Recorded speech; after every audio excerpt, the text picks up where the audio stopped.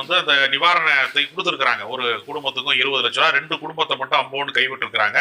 அதுக்கு காரணம் அந்த 2 குடும்பங்களும் தான் அந்த சிபிஐ விசாரணைக்கு நாங்க மனு போடல என்கிற உண்மையை சொன்னதற்காக விஜய் சேடிஸ்டா மாறி தாவேக்காரன் என்ன பண்ணிட்டா 2 குடும்பத்தை அம்போன்னு கைவிட்டான்.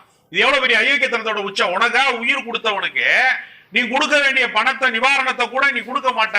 அவங்க உண்மையை சொல்லிட்டாங்க. அவன் புருஷன் என்னை விட்டுட்டு போயிட்டாங்க, புள்ள செத்து போச்சுங்க, அவன் 10 வருஷமா குடும்பத்தோடைய இல்ல, அந்த பன்னீர்செல்வங்கிற ஆள் வந்து வீட்டிலேயே இல்லைங்க, அவர் போய் மனு போட்டிருக்காரு, பணத்துக்காக தான் போட்டிருக்காருன்னு அந்த பாதிக்கப்பட்ட ஷர்மிளா என்கிற அந்த குழந்தையை பறி கொடுத்த அந்த பெண்மணி சொல்றாங்க. உடனே அந்த குடும்பத்துக்கு பணம் கட்டு.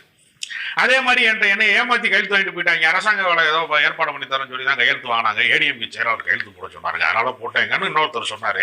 அவருக்கும் அந்த உயிர் இழப்புக்கும் எந்த நிவாரணமும் தரல. அப்ப விஜய் வந்து அடிப்படையில எந்த அளவுக்கு வந்து சேடிஸ்டா இருக்காரு. நீ உனக்காக உயிர் விட்டவனுக்கு கூட நீ வந்து பாரபட்சம் பார்க்கிற.